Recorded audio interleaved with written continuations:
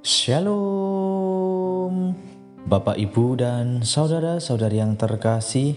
Jumpa lagi dalam Sikat Sabda Iman Katolik, hari Minggu 19 Juni 2022.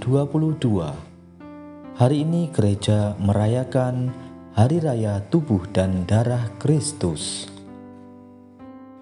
Bacaan dari Injil Lukas bab 9 ayat 11b sampai 17. Marilah kita siapkan hati dan pikiran kita untuk mendengarkan sabda Tuhan. Semoga Tuhan beserta kita sekarang dan selama-lamanya. Inilah Injil suci menurut Lukas. Dimuliakanlah Tuhan. Sekali peristiwa, Yesus berbicara kepada orang banyak tentang kerajaan Allah, dan ia menyembuhkan orang-orang yang memerlukan penyembuhan. Pada waktu hari mulai malam, datanglah ke-12 murid kepada Yesus dan berkata, "Suruhlah orang banyak itu pergi, supaya mereka pergi ke desa dan kampung-kampung sekitar ini untuk mencari tempat penginapan serta makan. Karena di sini kita berada di tempat yang sunyi."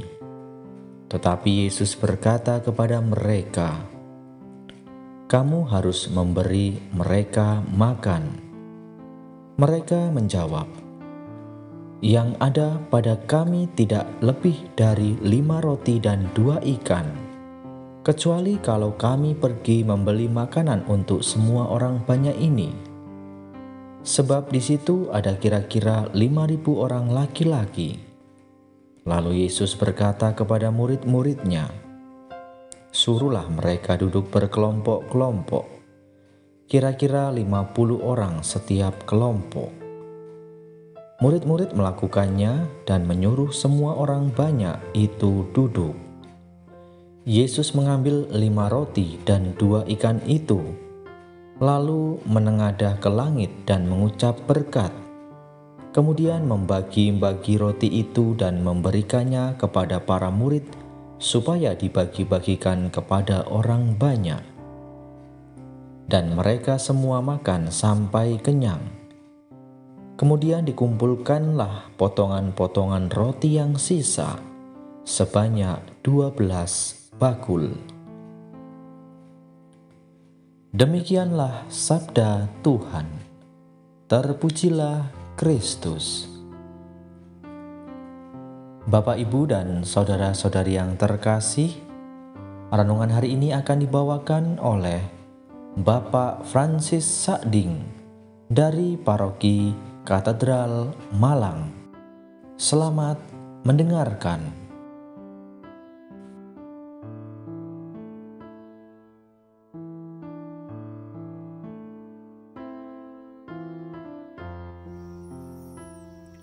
Saudara-saudara yang terkasih dalam Yesus Kristus, bacaan dan renungan hari ini mengisahkan bagaimana Yesus memberi makan kepada 5.000 orang yang mengikuti Dia dan para murid. Hari ini juga adalah hari raya tubuh dan darah Yesus Kristus yang dirayakan setelah Pentakosta dan pesta Maria Bunda Gereja. Secara umum atau secara universal, Gereja Katolik merayakan perayaan ini sebagai peringatan akan Ekaristi. Sebab tubuh dan darah Yesus adalah satu kesatuan yang menyelamatkan jiwa manusia dari belenggu kegelapan dosa. Apa yang akan kita lakukan ketika sedang dalam menghadapi sebuah persoalan yang besar? Apakah dengan segera kita mencari jalan keluar atau hanya terpaku dalam kebingungan dan tidak melakukan apapun? Begitulah situasi yang sedang dialami oleh para murid Yesus. Mereka sedang menghadapi masalah besar. Sebab saat itu hari sudah mulai malam, ya.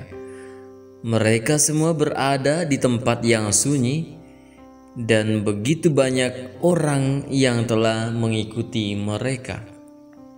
Apalagi di hadapan mereka ada 5.000 orang laki-laki yang belum makan.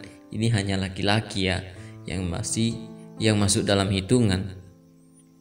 Ditambah lagi Yesus memberi perintah yang tak dapat ditawar. Ya. Kamu harus memberi mereka makan. Tidak bisa ditawar. Apakah kita bisa memahami apa yang dipikirkan para murid? Kita berpikir sejenak, apa kira-kira yang akan dilakukan para murid?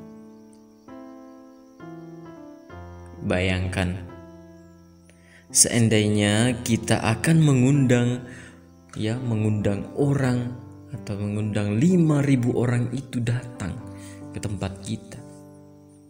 Apa yang dapat kita persiapkan? Berapa lama kita akan menyiapkan makanan untuk orang sebanyak itu? Tidak heran para murid memberi solusi yang termudah kepada Yesus. Apa jawaban mereka? Mereka mengatakan kepada Yesus agar mereka menyuruh pergi mencari makanan masing-masing. Namun Yesus tetap teguh hati. Kamu harus memberi mereka makan. Kemudian mereka mulai berpikir untuk membeli makanan untuk orang banyak itu. Mereka hampir tak pernah memikirkan bahwa yang ada pada mereka cukup untuk orang banyak. Akan tetapi hanya ada 5 roti dan 2 ikan pada mereka. Situasi yang serba terbatas itu, Tuhan Yesus membukakan mata hati dan pikiran mereka. Apa yang terbatas dari mereka ternyata mampu memberi makan 5.000 orang sampai kenyang. Yesus ingin memberitahukan kepada mereka, kepada para murid dan orang banyak bahwa Ia adalah Sang Pemelihara hidup. Ia adalah Sang Penyelamat yang juga memperhatikan kebutuhan jasmani serta rohani para pengikutnya. Saat masalah besar menghadang, itu adalah momen bagi kita untuk mengenal Yesus lebih dalam lagi. Yesus ingin membuka pemikiran bahwa kita memiliki Tuhan yang tak terbatas kuasanya. Tuhan menginginkan agar fokus kita bukan pada masalah, tetapi pada Dia yang sanggup menolong kita. Ada kekuatan yang besar dalam keterbatasan diri kita jika semua perkara itu diserahkan kepada Tuhan. Begitupun dengan kita saat ini. Untuk diri kita sendiri yang merasa bahwa kita memiliki keterbatasan, kita sebenarnya memiliki kelebihan yang mampu untuk membawa sukacita bagi semua orang. Cuman kita saja yang terus-terusan selalu merasa kurang. Padahal Tuhanlah yang akan memelihara kita dan akan memakai kita untuk membawa damai, sukacita bagi sesama. Para saudara yang terkasih dalam Kristus, jika kita beriman, itu artinya kita percaya. Kita percaya artinya kita mengandalkan Tuhan.